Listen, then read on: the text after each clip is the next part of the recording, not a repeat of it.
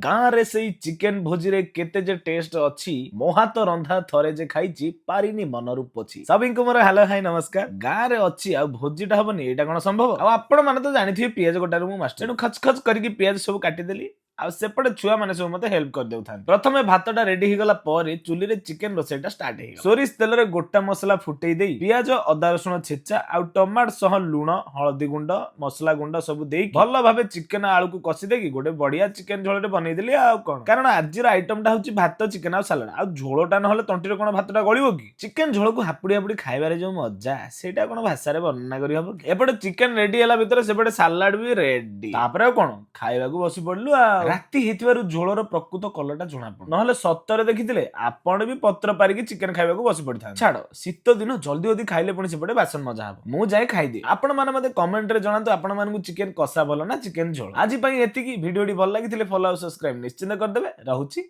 Jai Jagannath.